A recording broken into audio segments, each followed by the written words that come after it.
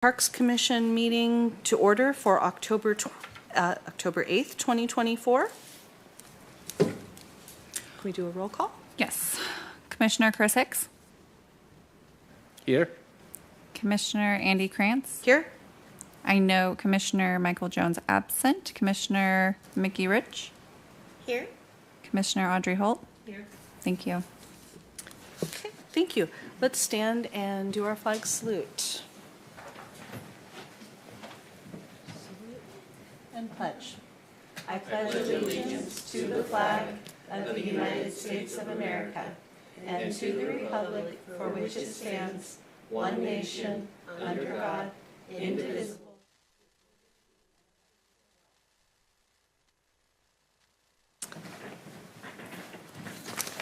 Okay, so now would be the time for any public communication hearing of non-agenda items.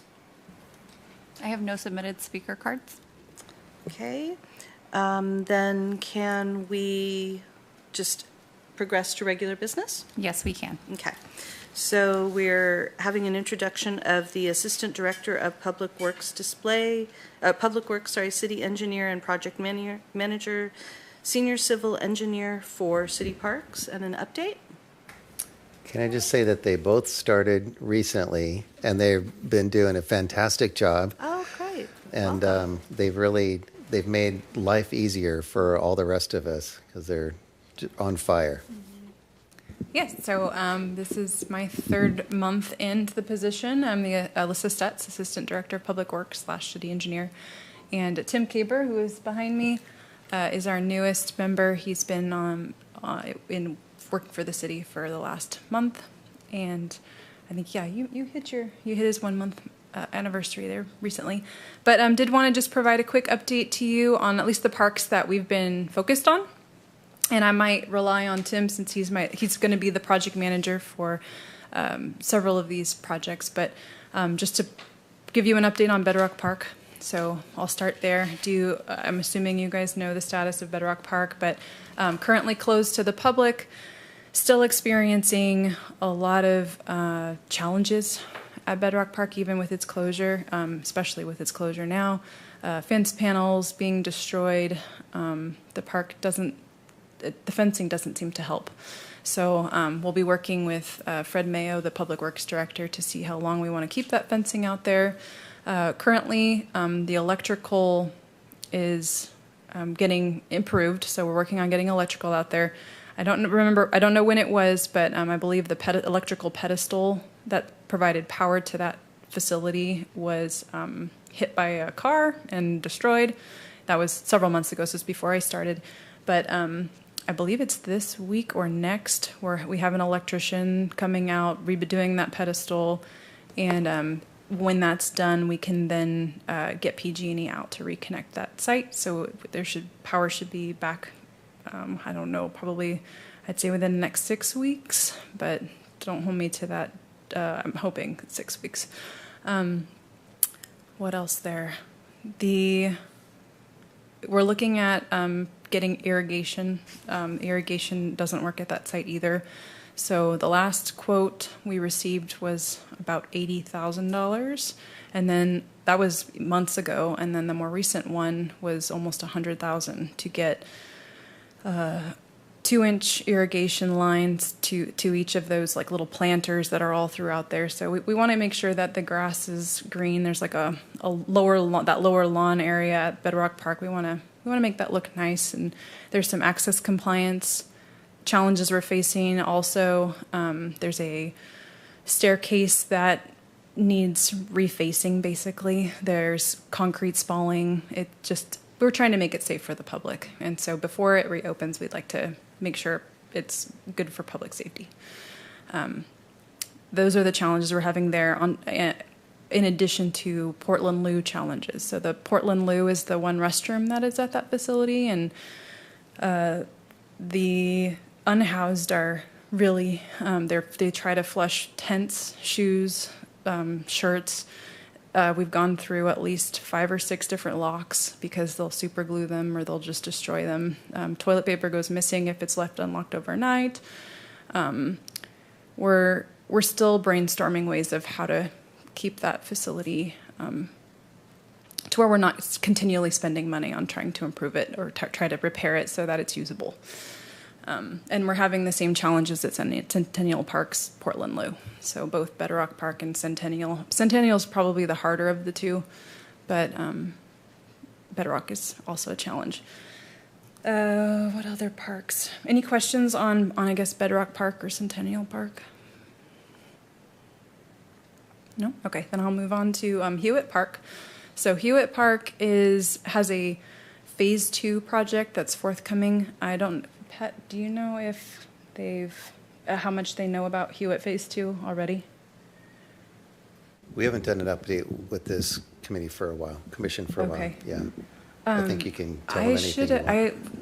I'll make sure that at maybe the next commission meeting that we have a presentation for you that just shows what's expected or what's planned. The phase 2 is significant improvements. I mean, we're looking at pickleball courts and a splash pad and slides, and I mean, Pat, you can a dog park, a field for sports. So I think it's going to be really amazing. We received, I would say, a 99.5% plan set from Melton Design Group, are the architects that are working on the landscape architects.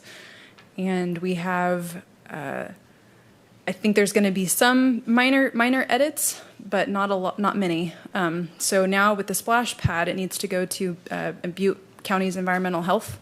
So when we send that off and get a permit for Butte County Environmental Health, we can advertise and get our request for proposal out so that we can hopefully get someone to bid on it. So that one we're really looking forward to. I know Pat's been working really hard on that one. So any other? Yes. Are there any other, am I missing any parks that need updates? Okay, I think those are our two major, those are the ones at least I have updates for. So any questions for me before I sit back down? Yeah. Do we have a timeline on maybe when the health department or Butte County Public Health or what you called it is going to come out to do that review? Is it a few months or? I do not know because you want to speak to that? Okay. Good evening, Commissioners. Tim Kaber. I'm the newest employee for City of Oroville. A little background on me. Grew up in Susanville, went to Chico State, got a civil engineering degree. Joined the Navy, saw the world, retired a couple of years ago. Came back to the city of Chico and the surrounding area. I worked private sector until a couple months ago, and I really wanted to come back to a place that I could make an impact with. And the city of Oroville, I think, is a perfect fit for what I can provide to the needs and my skill set. So I'm very happy to be here. It's a nice family to be with. I feel very welcome here. As for Hewitt Park, the turnaround time on a permit review is 1 week from the county. They'll get that back to us. We'll incorporate any design changes into the plans, and then we'll be able to advertise. So once they get the check, once they get the plans, it's about a week.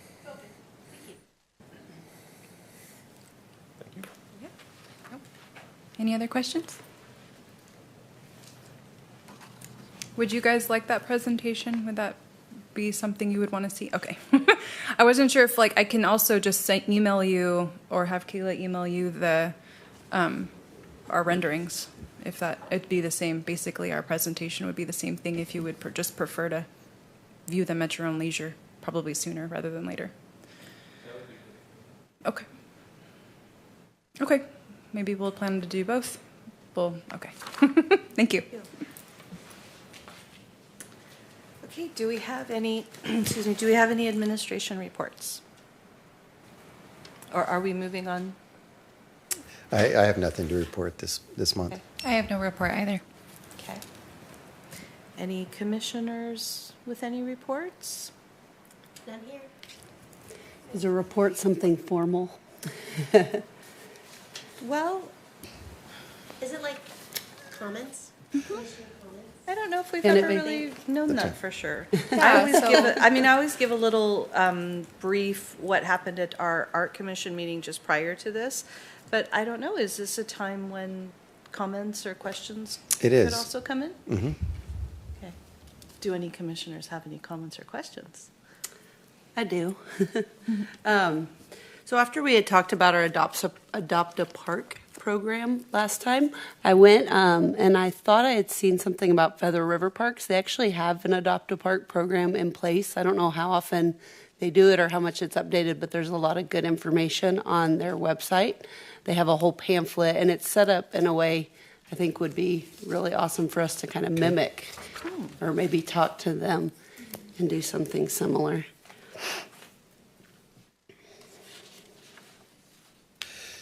Can I ask, Audrey, I don't know, the discussions I think about Adopt a Park preceded me. Mm-hmm. So what was the vision of the Parks Commission for the Adopt a Park? It preceded me too. Me as well. I can bring you up to speed a little bit. So we have been discussing Adopt a Park since I joined the commissions, I think in 2019 or 20.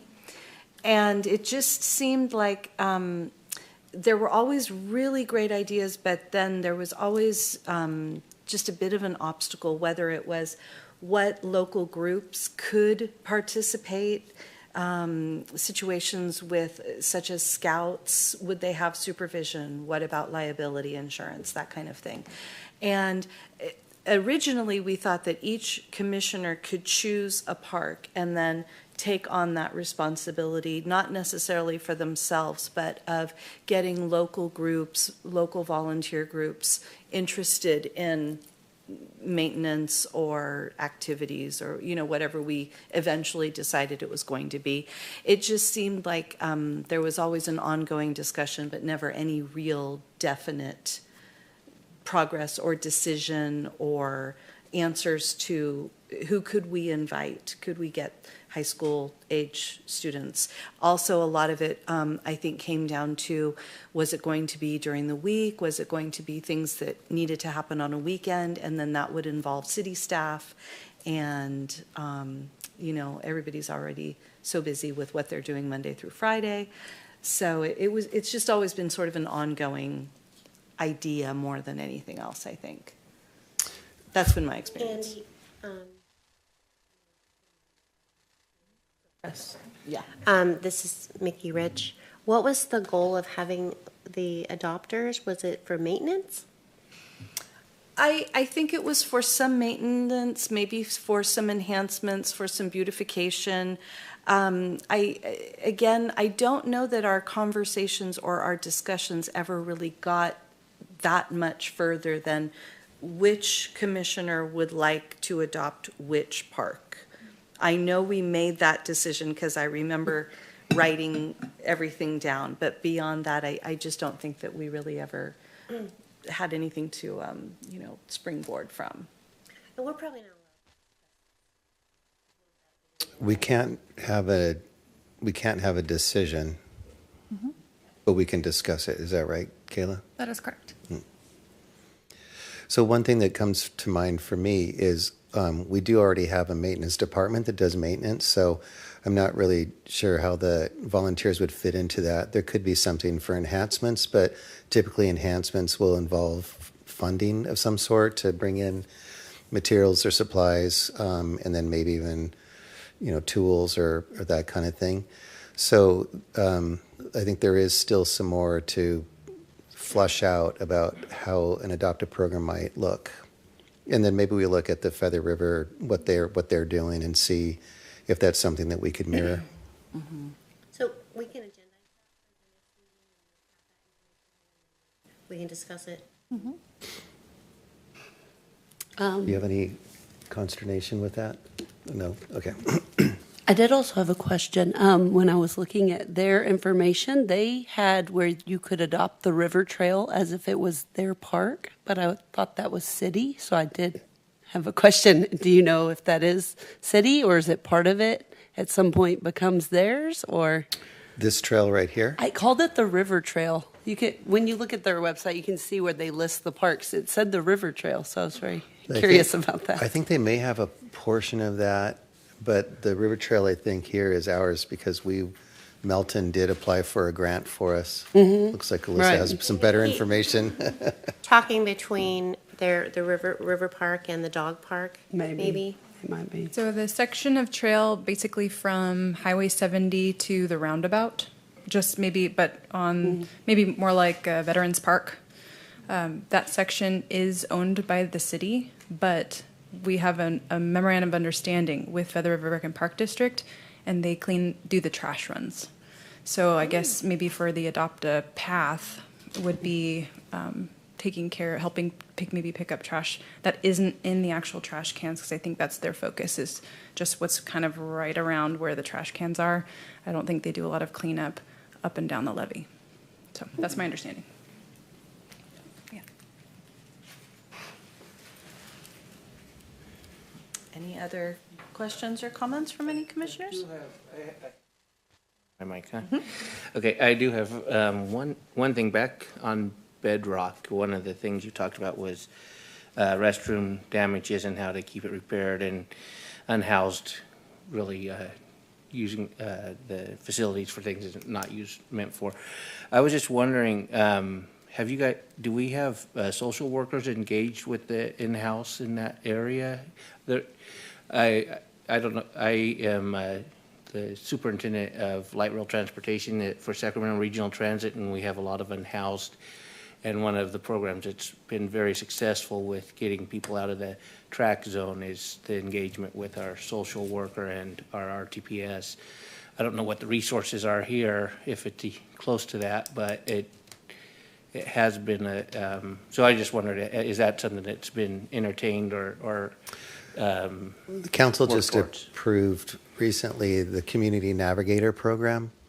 So it's hiring, I think it's 2 positions, and they are people who have lived the life, so to speak, and so can talk to the people that are out on the street in language that they can understand, and sort of as a trusted messenger, and then try to coax them into resources and that kind of thing. And then, Kayla, what's the thing in Chico that we just made that arrangement with?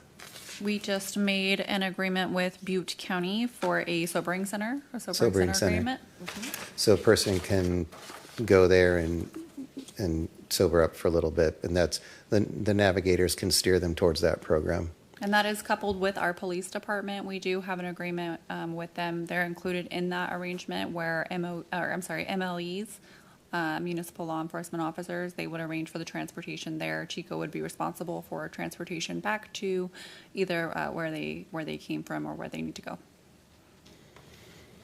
So it remains to be seen how that works out, but we have high hopes that that's going to have an impact to what we see on the street here now. And then also specifically at Bedrock, do we have the use of video camera trailers or any clear view type technologies or anything like that? We do have a trailer that moves around, and I think that there's been some discussion. I don't know if we've actually put it down there or not. There has been some talk about putting it down there, but everybody wants the trailer to come around to their area, so eventually it probably will go down there. It's a trailer that just has cameras on it, and then it captures the film or the video, sends it off to someplace else so we can get clear images of people that are doing damage, but it also can give alerts if something is going on at the moment. It also IDs the perpetrators and gives the license plate. That's right. And all of so they can be followed up with. It's pretty fancy stuff. Yeah. Yeah. Sure. Okay. Any other questions? I have one more question. So I know we didn't get the grant for the river trail. Are we investigating any other options to fund any of those improvements, or? We're looking still for a grant that will fit that project. So And possibly a Melton- different grant? Yeah, and Melton is actually on the path looking for one as well for us. Do we know why we didn't get the grant?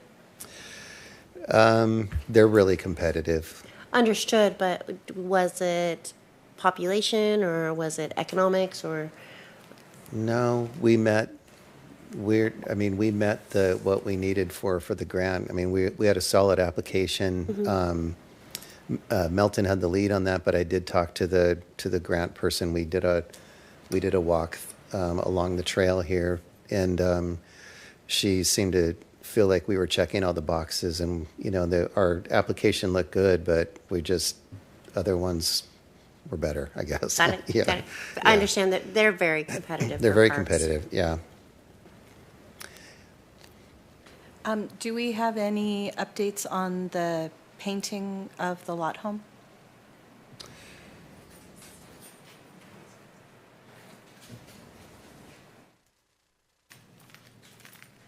Our request for proposals is probably 95% drafted. It's with legal review right now. So I'm hoping it goes out probably by next Friday. It's a complex one because the scope of work isn't exact. We're not sure how much dry rot. There's things that we're not sure what they'll find, and so it's been kind of complicated to draft this particular request for proposal because now we're looking mostly for qualifications and not necessarily low bid. So we're trying to figure out how to dance around that a little bit, which is why I'm wanting our legal to look at that one closely. Okay. Thank you. Did you have I a have a question? question on this one. I had mentioned this before, and it was before. Well, I know we hadn't met you yet. Is there any fire-wise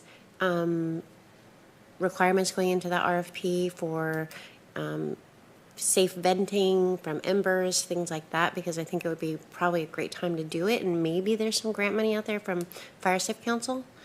It is not in the RFP right now, and I can certainly take that request back to our Public Works Director because if we need to get it in, now's the time, like you said. Yeah. Okay. Great. I know I just got I'm probably not the only one, but I just got the big long questionnaire from the insurance, So I know that everybody's looking at that.